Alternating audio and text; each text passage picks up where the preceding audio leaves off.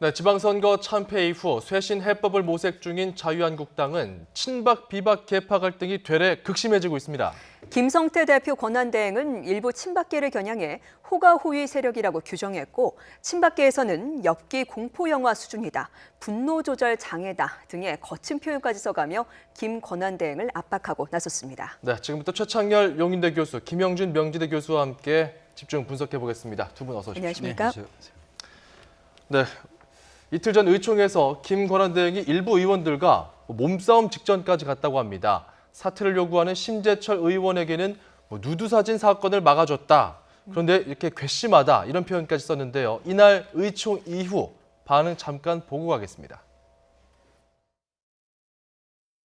당을 흔들고 자신들의 정치적 의도를 충족하기 위한 그 정치적 행위에는 제가 단호하게 대처하겠습니다. 막장을 넘어 엽기 공포 영화 수준입니다. 저를 상대로 더는 용납할 수 없다고 했는데 이거는 거의 분노 조절 장애가 아닌가. 네, 지금 이런 반응들을 보니까 한국당은 여전히 당내 수습이 안 되고 있다 이렇게 보이거든요. 글쎄요, 지금 지방선거의 결과가 완전하게 참패를 했는데 여전히 지금 한국당 내에 비상대책위원장을 대충 이제 후보가 정해졌잖아요. 네. 근데 저렇게 이른바 친박과 비박의 갈등 구도가 여전히 계속된다는 게 도저히 이해가 안 가요. 그래서 저는 하나 일단 중요한 게 한국당이 지금 이제 지방선거와 재보궐선거의 참패에 민심을 저는 오독하고 있다고 봐요. 잘못 읽고 있는 거예요. 도대체 이것이 무엇인가에 대해서 여전히 모르고 있다. 물론 선거가 이제 21대 총선이 후년이니까 선거가 많이 남았기 때문에 그동안 보수가 다시 재집결할 수 있다고 생각하는지 모르겠으나 기본적으로 어떻게 저런 표현을 써가면서 글쎄 이게 양비론이 될지 모르겠습니다만 친박, 비박 그리고 복당파, 잔류파가 될지 모르겠어요. 이런 식으로 계속 한다는 건 전 민심을 완전하게 난독 또는 오독하는 것이고 또 하나는 유권자의 수준을 제1야당으로서 너무 무시하는 거다라는 생각밖에 안 들어요. 어떻게 이렇게 할 수가 있는 것인지. 이 지난 재작년에 그 이제 촛불 집회 이후에 작년에 조기 대선이 있었고 그야말로 전무후무한 저 대참패를 당하고 난 다음에 저런 모습을 보인다라는 거. 전 비상대책위원회가 구성된다 하더라도요. 과연 한국당이 다시 태어날 수 있을까? 전 대단히 회의적일 수밖에 없습니다. 자, 교수님께서는 지금 현재 상황에서 특히 지방선거 참패 이후에 언론들이 주목하고 있고 국민들도 과연 어떤 쇄신책이 나올까 바라보고 있는 상황에서 나오는 이런 발언들이거든요. 여기에 대해서 지금 어떻게 해석해야 될까요? 우리가 조금 좀 냉정하게 좀 볼 필요가 있는데요. 지금 지방선거 참패에서의 상황만 봐서는 안 된다. 그동안 한 박근혜 대통령 시절에 친박들의 했던 행위들 그리고 대선 끝나고 나서 친박 패족 선언이라는 게 거의 없었었어요. 그리고 지방선거 끝나고 나서 지도부를 지금 흔들어대고 있는 것이다. 그러니까 결국 우리가 양비론적으로 이런 시각에서 볼 수도 있겠으나 저는 이거는 친박이 일차적인 책임을 훨씬 크다고 볼 수밖에 없습니다. 2007년도 당시에 대통합 민주신당이 정동영 후보가 531만 표 차이로 아주 참패를 했어요. 그때도 언론은 전부 다 진보 몰락이었었습니다. 가장 먼저 나온 게 바로 친노 패족 선언을 했어요. 우리가 이렇게 잘못했기 때문에 국민들 심판을 받았다. 그런데 지금 친박이 패족 선언을 한 걸 들어본 적이 있나요? 단 한 명도 자신들이 저렇게 당당하게 얘기할 수 있는 용기를 박근혜 대통령 시절에는 왜 못했나? 그러면서 지금 와서는 예를 들어서 비박에 관련돼서 특히 이제 복당파에 관련돼서 계속해서 흔들어 댄다는 거는 제가 볼 때는 친박이 갖고 있는 기본적인 정치적인 이런 그 상황으로 본다고 한다면 저는 일차적으로 훨씬 더 큰 책임이 있다라고 보고요. 지금은 어차피 이제 비대위원이라는 게 구성이 된다고 한다면 결국 이 상태는 시간이 지나면 비대위 체제로 해서 움직일 수밖에 없다면 그렇겠죠. 여기서 또 다시 무슨 원내대표를 흔들고 그만두라 한다는 거는 이게 이 자체적으로 모든 그 진행 과정을 지금 막아버리는 거예요. 그래서 국민들이 봤을 때는 도저히 받아들이기 어렵죠. 저렇게 참패를 했는데 이 의총에서 저렇게 이해할 수 없는 언동들이 나오는 것에 대해서는 많은 부분 수긍을 하지만 아주 냉정하게 봤을 때 그럼 무엇이 문제냐는 것을 보면은 저는 핵심의 그 가장 절정에는 이 친박이 책임이 너무 반성과 더 나아가서 참여가 없다라는 걸 먼저 말씀 좀 드리고 싶습니다. 네. 예. 의원총회 상황을 지금 얘기를 하고 있는데 아무래도 비공개 상황이라고 하더라도 굉장히 민망한 발언들이 계속 이어졌습니다. 김성태 권한대행이 심재철 의원을 정조준해서 발언한 내용인데요. 보면 누드 사진 보는 모습을 과거에 있었는데 그런 노출됐을 때 막아줬는데 또 국회 부의장 하면서 특활비로도 밥 한 번 산 적이 없다 이런 식으로 또 이 얘기를 했습니다. 심재철 의원은 그런 적이 없다라고 또 얘기를 했고요. 또 이런 설정까지 벌어지는 걸 보면 사실 국민들의 입장에서 봤을 때 이런 아무리 의원총회 비공개 발언이라 하더라도 이 누드 사진 이런 발언들이 나온다는 게 쉽게 납득이 되지가 않거든요. 어떻게 글쎄요, 뭐 생각하십니까? 저런 부분에 대해서 논평할 가치가 있는지 잘 모르겠어요. 솔직히 예. 말씀드려서. 사실 일반 개인적으로 봐도 저런 말씀을 사석에서 잘 안 하는 얘기들 아니겠어요. 제1야당이 지금 중차대인 시기에 저런 얘기를 한다는 게 이해가 안 되는 것이고 적어도 뭐 저기에 대해서 더 이상 가치적으로 어디가 잘못됐다 잘했다라고 얘기하는 건 의미가 없는 것 같고요. 예. 아까 김 교수님이 잘 좋은 지적해 주신 것과 같이 저는 한국당이 지난 탄핵 그리고 지난 집권당으로서의 어떤 반성이 전혀 없었어요.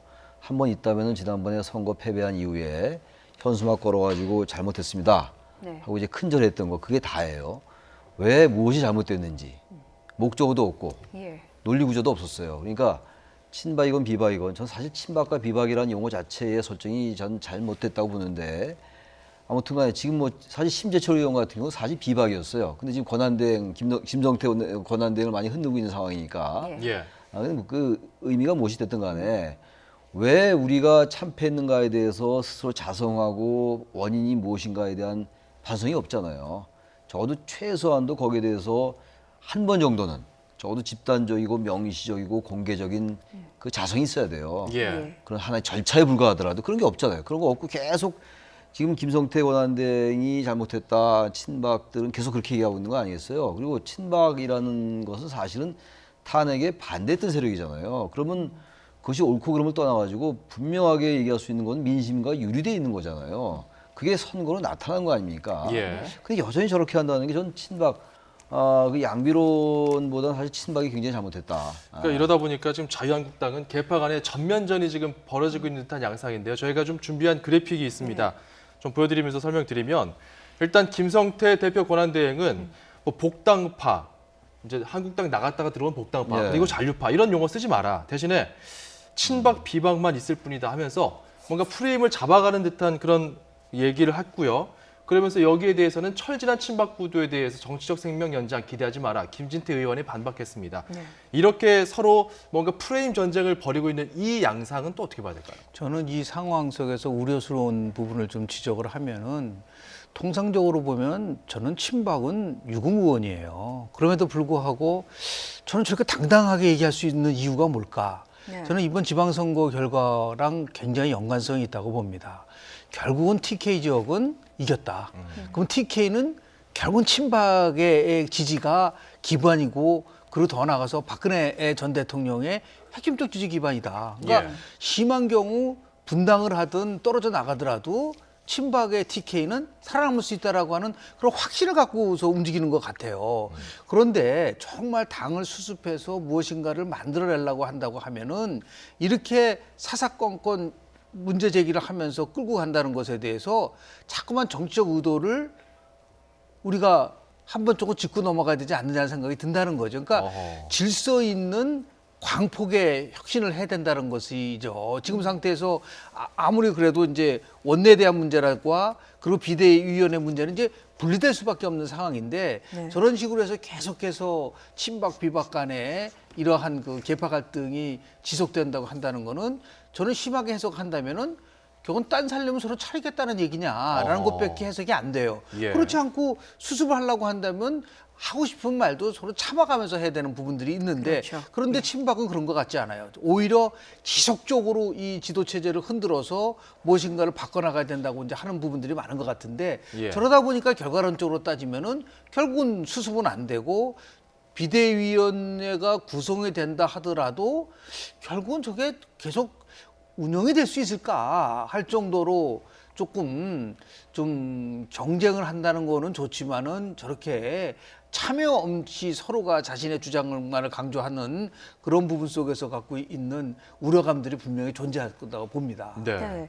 이런 분위기는 반드시 또 여론으로 나타나기 네. 마련인데 이번에 여론조사 결과 이번 주에 있었습니다. 한번 보시면서 이야기를 나누겠습니다. 지금 한국갤럽에서 이번 주에 나온 자체 조사 결과인데요. 정당 지지도입니다. 더불어민주당이 여전히 49% 1위를 차지하고 있는데 지금 눈여겨보아야 될 부분이 자유한국당과 정의당의 포인트입니다. 10%로 지금 정당 지지도가 똑같습니다. 지금 보면 10%포인트고 정의당이 2주 전에 저희가 방송할 때만 하더라도 자유한국당의 턱 밑까지 따라붙었다라고 얘기를 했었는데 지금은 동률이 됐습니다. 이거 어떻게 봐야 될까요? 정의당은 예. 지금 이제 일관되게 정강 정책이라든지요, 정당이 지향하는 가치가 아주 계속 일관되죠. 그런 부분들이 지금 상당한 성과를 내고 있는 거라고 봐요. 네. 더 거슬러 올라가면 17대 총선 때 민주노동당 그때 10석 얻었었어요. 물론 그때 지역구가 2석이었고 이제 비례대표가 8석이었어요. 물론 이제 1인 2표에 의한 정당 명부시 비례대표제가 효력을 발휘했던 건데 그 이후에 이른바 이념정당, 진보정당은 사실 정의당이 유일한 거거든요. 민주당도 상대적으로는 진보적이긴 하지만 우리가 사실 진보정당이라고 분류하기는 좀 한계가 있어요. 정의당이 이제 완벽한 이념정당 또는 진보정당인데 그러한 부분들이 유권자에 의해서 이제 평가받기 시작한 것 같아요. 이번에도 사실 그 소선거구라든지 단순 다수 대표제 때문에 지역은 못 얻겠지만 비례대표에서 상당한 정의당의 그 지지가 있는 거잖아요. 네. 근데 그런 부분이 하나 있는가 하면은 좀 다른 관점에서 볼 때는 지금 여기서 얘기를 나누고 있습니다만 한국당의 저런 모습들이 도저히 유권자들이 볼 때 기존의 전통적이고 합리적인 보수층들은 그 한국당을 지지할 수가 없는 거예요. 예. 아주 수구적이고 냉전적인 그 이념에 여전히 매몰되어 있기 때문에 그런 전통적인 합리층들의 합리적 보수층들의 지지가 빠지면서 또 한편 민주당을 지지했던 유권자들이 더 이상 이제 보수 야당에 대한 그 심판에 네. 대해서 반사이익이 갔는데 민주당도 더 이상 그런 반사이익을 못 누리는 거예요. 그런 것들이 세 가지가 결합되다 보니까 정의당이 이제 거의 제1야당인 한국당과 똑같아지는 제1야당인 한국당이 113석이에요 지금. 예. 원래 112석인데 지금 서청원 의원은 지금 아직 뭐 탈당계가 안 됐나 뭐 이런 게 좀 있잖아요. 예. 그럼 113석 대 6석의 지지율이 거의 비슷한 거예요. 이건 정말 다시 얘기가 돌아가는 얘기입니다만 제1야당인 한국당이 정말 반성해야 되는 게 저런 데서 나타나는 걸로 생각합니다. 네. 예. 우리 지금 정당 지지도 그래픽을 다시 한번 좀 보여주시죠. 김 교수님, 지금 궁금한 게 이 그래픽 내용을 다시 한번 이렇게 보면요. 예, 49% 민주당에서 나와 있고 지금 여기서 좀 더 눈여겨봐야 될 부분이 또 뭐가 있을까 좀 살펴보면 무당층, 당이 없는 층이 지금 2%포인트가 올랐습니다. 이런 것들도 좀 눈여겨봐야 되지 않을까 이제 싶은데요. 두 가지 면에서 봐야 되는데요. 네. 지금 뭐 자유한국당과 정의당의 이제 지지율이 같기 때문에 정의당이 굉장히 나름대로 지금 그 지지도가 상승했다는 부분도 있지만 한번 좀 보십시오. 예. 자유한국당과 바른미래당은 거의 차이가 없어요. 이전 주와 변동이 없다는 거죠. 그러니까 지금 조금 전에 얘기했었던 정의당이 나름대로 제1야당으로서의 위치를 확보하려고 한다면 어떤 거가 나와야 되냐면 네. 자유한국당의 지지는 떨어지는데 정의당의 지지가 올라갈 경우에는 그게 가능해요. 근데 저 현상은 왜 나오냐면은 결국은 민주당의 지지가 떨어지면서 정의당이 흡수를 하고 있다. 네. 이거는 결국은 자유한국당만의 원인이 경고가 아니다. 민주당으로서도 굉장한 경고를 받아야 되는 부분들이 있는 거예요. 지금 벌써 3주, 4주째 지속적으로 지금 민주당의 지지도가 떨어지고 있거든요. 그럼 왜 그러냐면은 경제적 성과와 관련돼서 나타나고 있는 부분이 없어요. 그러니까 네. 평화 이슈 부분이 이제 한 템포 흘러가면서 경제 이슈로 바뀐단 말이에요. 그러다 보니까 결국은 자연스럽게 노동자를 위한 노동의 가치, 노동의 당당한 나라, 그리고 최저임금을 포함해서 52시간 근로시간 단축과 관련된 이것을 어떻게 극복하시는 대안을 계속해서 끊임없이 정의당은 내놨단 말이에요. 예. 이러다 보니까 노동자 계층들을 중심으로 해서 과거 민주당을 지지했었던 사람들이 지금 정의당으로 옮겨가고 있다는 거, 이것을 굉장히 주목 있게 봐야 되고요. 예. 그리고 무당층이 24%라는 거는 전부 다 한번 합쳐 보십시오. 바른미래당, 지금 자유한국당, 그리고 정의당 합친 규모랑 같다라는 거예요. 예. 이건 결국 한국의 정당 정치가 얼마나 취약하다는 것을 한번 보여주는 부분들이 있는 거기 때문에 예. 이게 앞으로 계속해서 지금 국회가 공전이 되고 국회가 국민들로부터 결국은 지지를 받지 못하면서 뭐 중요한 민생 법안 같은 거를 내놓지 못하고 지금 경제가 굉장히 어려운데요. 예. 경제와 관련돼서 뭐 혁신과 규제 개혁을 위한 이런 법안을 통과시키지 못한 상태에서 또다시 국회가 만약에 협치를 잃고 서로 갈등을 가면 저 무당층의 규모는 더 늘어날 수밖에 없다. 그러니까 단순하게 지금 자유한국당과 이런 정의당의 그런 비율이 동격이라는 이걸 넘어서서 상당히 많은 함의를 갖고 있는 여론조사라고 저는 봅니다. 예. 네. 자, 무당 측은 뭐 24%가량 과연 표가 어디로 갈지 이런 것들도 좀 나중에 이런 민심의 이동들도 지켜봐야 될 텐데 저희가 그 방송에서 여론조사 나올 때는 좀 고지를 해드려야 되는데 네. 간단하게 언급드리면 한국갤럽에서 지난주에 실시를 했고 전국 19세 이상 남녀 1,002명을 대상으로 진행을 했고요. 휴대전화 그리고 집전화 RDD 방식 15%를 포함해서 저희가 플러스 마이너스 3.1% 신뢰 수준의 표본 오차는 95% 정도가 된다는 점 고지해 드리고 넘어가도록 하겠습니다. 자, 그리고 이렇게 지금 지지율 자체가 자유한국당 입장에서는 굉장히 위기다 이렇게 볼 수 있는데 네. 그렇다면은 새로 오게 될 비대위원장이 뭔가 구심점을 잡을 수 있어야 될 것 같거든요. 구심점을 잡을 수 있을지 지금 후보는 5명이 나와 있어요. 글쎄 후보가 5명이 지금 이제 김병준 교수가 있고 박찬종 변호사 그리고 이제 이용구 한국당 당무위원장 전 당무 감사위원장이죠. 그리고 이제 중앙대 총장도 했고요. 이용구 지금 화면에 나오고 있습니다만 그다음에 전희경 의원하고 이제 김성원 의원 이게 5명인데요. 예. 그래서 어느 분이 될지 모르겠어요. 17일 날 발표한다는 건데. 근데 아까 얘기했던 것처럼 조금 전에 얘기한 것처럼 기본적으로 지금 한국당 내의 이 계파 갈등은 일단 공천권에 관련된 것 같아요. 예. 비대위원장이 완전하게 공천권을 틀어지고 할 수 있을지가 일단 첫째 의문이고요. 또 하나가 과거에 이 비대위원장 체제가 성공했던 게 김정인 체제가 그랬고 박근혜 체제가 그랬어요. 근데 그건 일단 총선이 바로 코앞에 있었고 또 그 비대위원장들이 카리스마가 있었고 네. 근데 지금 이 5 인물들은 보면은 그런 인물들에 비해서 카리스마가 좀 적은 것 같고요. 또 시기로 볼 때 선거가 너무 많이 남았고 또 하나는 지금 현재 한국당 내에서 벌어지고 있는 계파 갈등이 워낙 좀 치열하고 상식을 넘는 수준이기 때문에 과연 이분 중에 누가 되더라도 한국당이 참패했던 원인을 해소해 가면서 혁신하고 쇄신하면서 그런 부분들을 유권자에게 보여줄 수 있을까는 솔직히 대단히 회의적이긴 합니다. 예. 네, 그렇군요. 지금 정진석 전 원내대표가 한 말이 있습니다. 자유한국당이란 배는 완전히 침몰했다라고 얘기를 했습니다. 갈등의 골이 너무 깊기 때문에 비대위가 구성이 된다 하더라도 이 골을 풀어낼 수가 있을지. 그래서 이게 이제 참 비대위원장 관건이거든요. 선정에 있어서 중요한 기준이 마련돼야 되는 거죠. 예. 그러니까 뭐 공천을 뭐 몇 개월 남긴 상태에서는 인적 쇄신이 용이하고 개혁적인 그러한 나름대로의 행보를 한다고 하지만 지금은 뭐 다음 총선이 한 1년 10개월 정도 남아 있고요. 친박대, 비박대 이런 그 갈등 구조가 있고 김종인 비대위 체제나 2011년에 박근혜 비대위 체제가 성공했었던 거는 유력한 대권 후보가 후원을 한다든지 직접 비대위원장을 맡았기 때문에 그런데 지금 굉장히 총선도 오래 남았고 그리고 계파 간의 갈등도 심하고 그리고 유력한 대권 후보도 없다. 그렇다고 한다면은 최소한도 비대위원장의 가장 중요한 덕목은 뭐냐면 이거는 정치력이에요. 그러니까 이 정치력을 가지고 여하튼 간에 두 계파를 봉합을 해 나가면서 혁신을 해야 된다고 한다면 4가지가 굉장히 중요한데 정치력과 대중성 그리고 개혁성과 당의 정체성입니다. 예. 이 4가지가 과연 이 5명 중에서 보면 저는 오히려 박찬종 그 전 의원이 굉장히 이 4부분에는 맞는 것 같아요.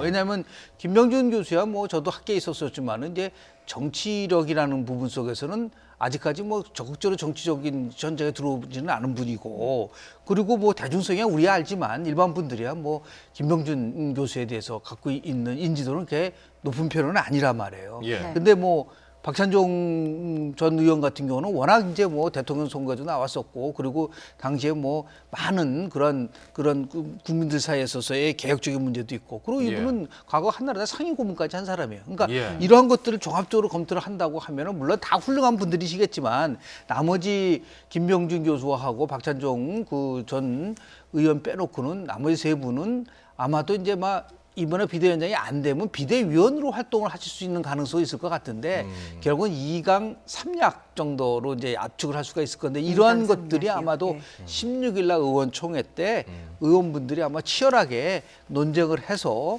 결론이 나면 17일 날 결정이 되지 않을까 생각합니다. 박찬종 전 의원 같은 경우는 이제 뭐 저희 YTN 라디오 인터뷰에서 이런 말도 했습니다. 뭐 손가락 틈 하나 들어갈 정도가 아니라면은 자신이 비대위원장 안 하겠다 이런 얘기까지 했는데 뭐 김영준 교수님은 이제 박 전 의원 얘기해 주셨는데 최창일 교수님 보시기에는 저도 어떻습니까? 공감합니다. 왜냐하면은 박찬종 변호사, 박찬종 전 의원은 굳이 흠이라면은 네. 굳이 흠이라면 자연적인 나이가 좀 많다라는 거 이거 제외하고는요 가장 개혁적인 분이고 그리고 서울시장 후보 그리고 대선 후보에 계속 거론됐던 분이고 워낙 그 인지도가 높아요. 그리고 나름 뭐 방송 이런 걸 떠나가지고 워낙 개혁적인 맛을 많이 했어요. 과거에 통일민주당도 했고 한나라당도 했고 그러니까 상당히 보수 정당이지만 개혁적인 목소리를 부단히 낸 분이란 말이죠.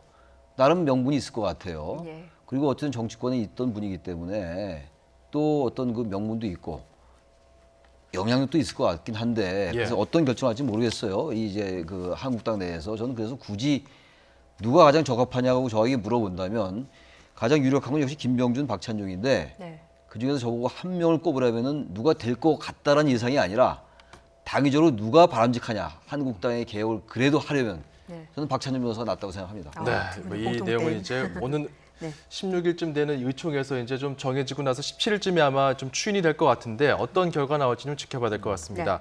유력한 차기 대권 주자였던 안희정 전 충남지사 얘기 좀 해보겠습니다. 네. 5차 공판에 아내가 증인으로 나왔는데요. 그날 심경 어땠을까요? 안 전 지사 이야기 좀 들어보도록 하겠습니다.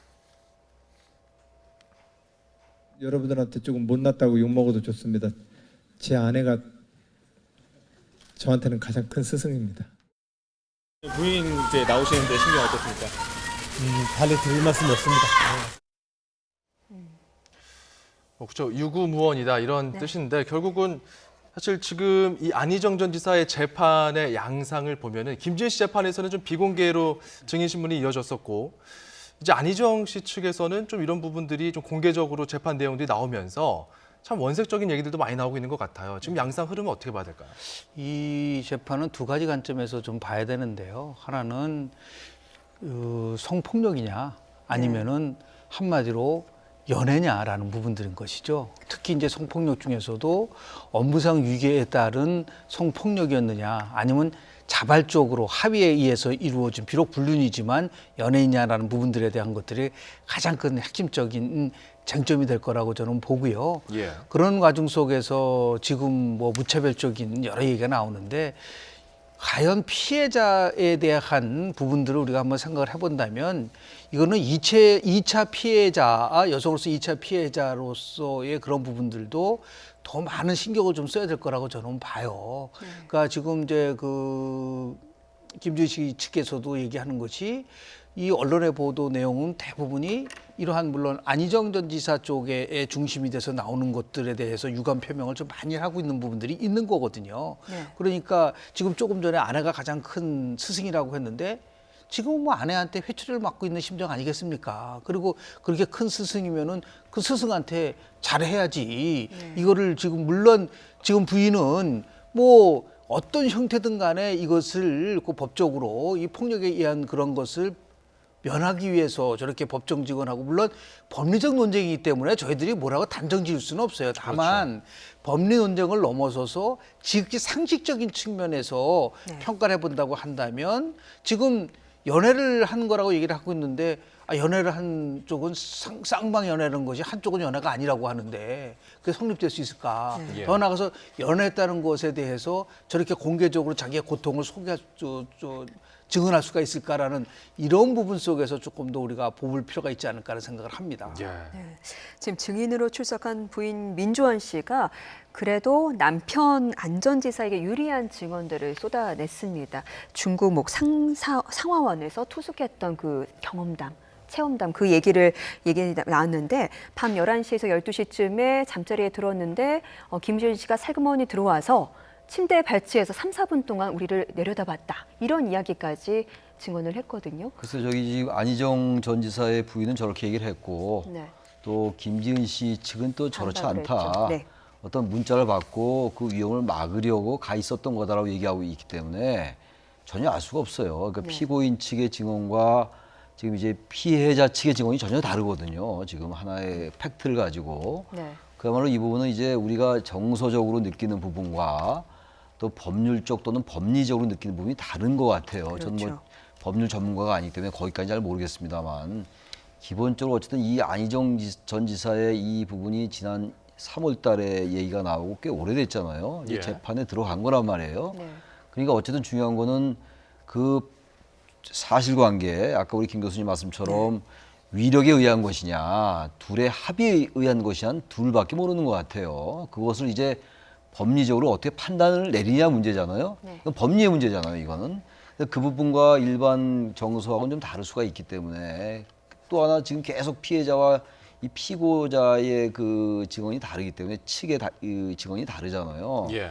이 부분은 이제 결국은 뭐 재판부가 판단할 수밖에 없고요. 또 하나 문제는 이것이 재판부의 판단이 어떻게 내려지든 간에 예. 우리 사회에서 지금 얘기되고 있는 게 저기에 그치는 게 아니잖아요. 이른바 가불 관계도 있고 폭넓게 요즘 페미니즘 얘기도 있고 굉장히 많은 것 같아요. 저런 부분들에 관련된 거. 예. 그러니까 어떤 남녀의 성적인 문제도 있지만 삶의 질에 관련된 문제들 예. 이런 부분들에 대한 그 법률적인 판단 이외의 문제들 이런 것들이 이 재판에서 굉장한 중요한 의미를 가질 것 같다는 생각이 듭니다. 예.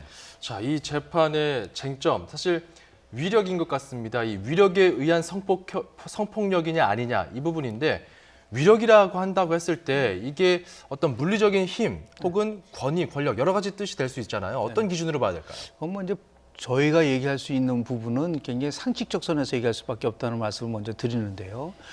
이게 지금 특수한 관계라는 게 뭐냐면 두 사람의 관계가 수평적이고 대칭적 관계라 그러면은 우리가 여러 가지 해석이 가능하지만 이거는 지금 상하 관계 속에 있었단 말이죠. 그러니까 지금 안 지사가 그 한 여러 그 내용을 보면은 텔레그램 내용을 보면은 뭐 명한다라든지 아니면 개념치 말하라든지 이런 봉건조적인 시대 때 이거 언어들이 막 등장을 막 하고 있어요.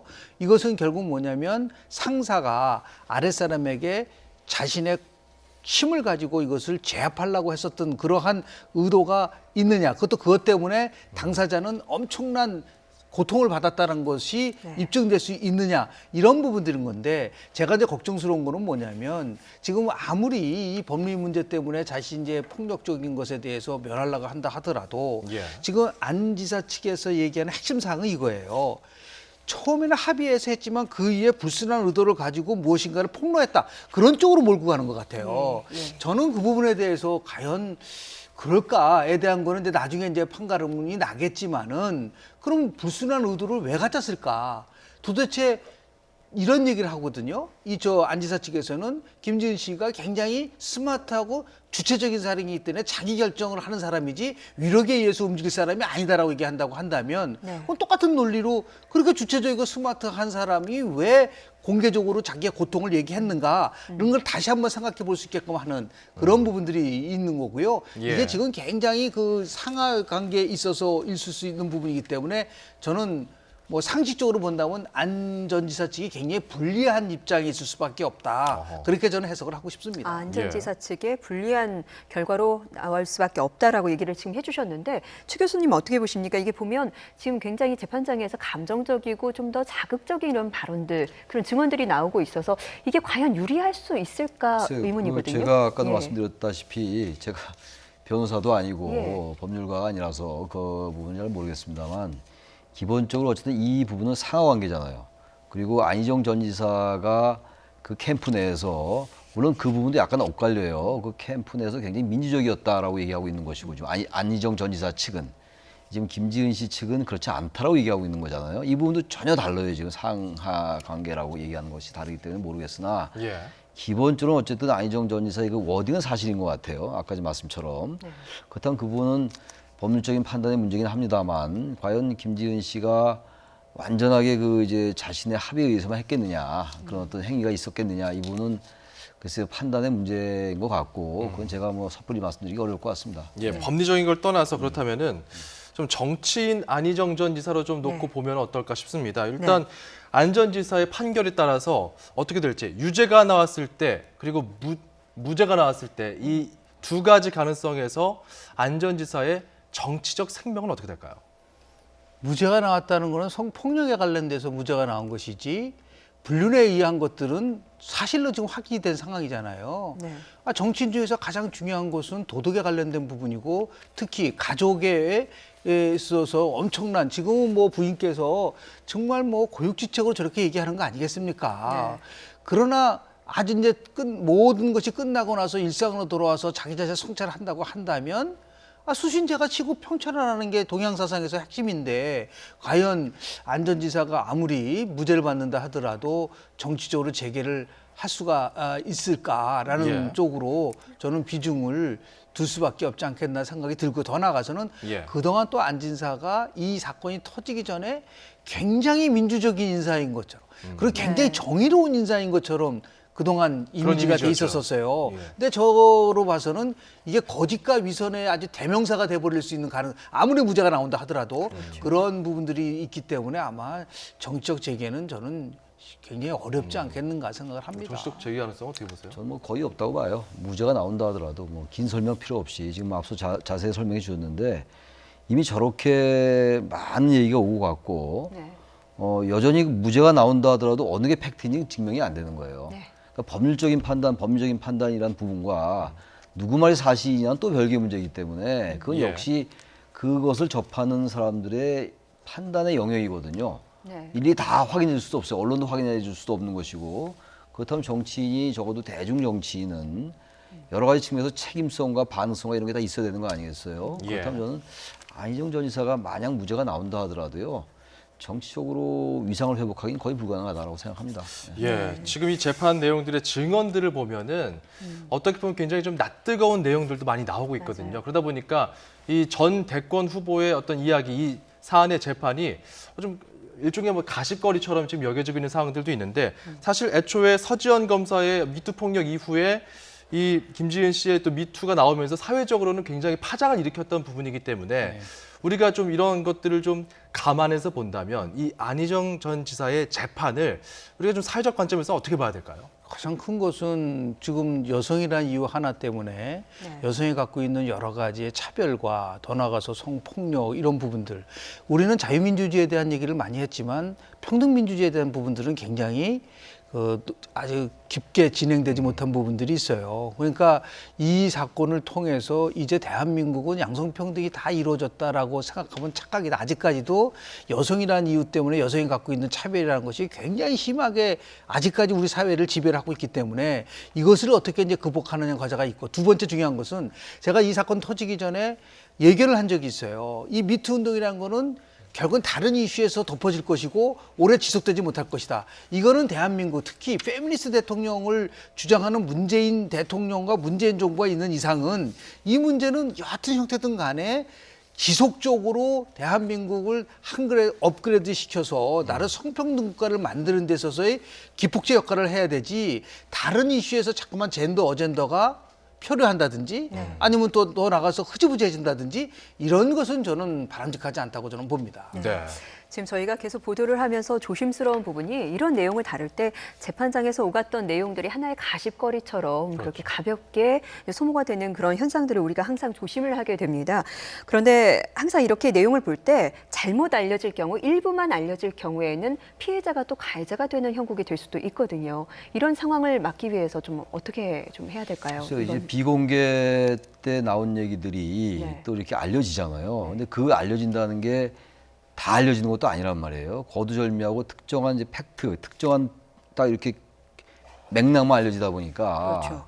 그러다 보니까 자꾸 제2차 피해 얘기가 나오는 거고 피해자가 또다시 피해를 입는다는 얘기가 나오는 것이기 때문에 이런 것들이 물론 사회적으로 워낙 관심의 대상이에요. 안희정 전 지사의 이 재판 자체가 그리고 워낙 논쟁적인 것이고 쟁점이 많은 겁니다. 어느 한쪽만 주장하기도 어려운 게 또 사실이란 말이죠. 예. 그래서 언론도 그렇고 이런 부분들에 대해서는 설령 소개를 하더라도 맥락을 충분히 이해할 수 있게 소개를 해야 될 것 같습니다. 그렇죠. 워낙 이 한쪽만 해가지고 특정인에게 유리하고 특정인에게 불리하게 이렇게 가면 안 될 것 같아요. 그건 사실 법률적 재판은 물론 나중에 그것의 정치적 의미, 도덕적 의미는 별개로 하더라도 법률적 판단은 또 법률적인 게 있는 것이기 때문에 예. 그것이 재판에 영향을 줄 정도로 하면 안 된다고 생각합니다. 예. 자, 이 시점에서 사실 가장 심경이 복잡한 사람은 안 전 지사의 부인 민주원 씨 아닐까 싶은데요. 평소 남편에 대해서 어떻게 생각했을지 잠깐 보고 넘어가겠습니다.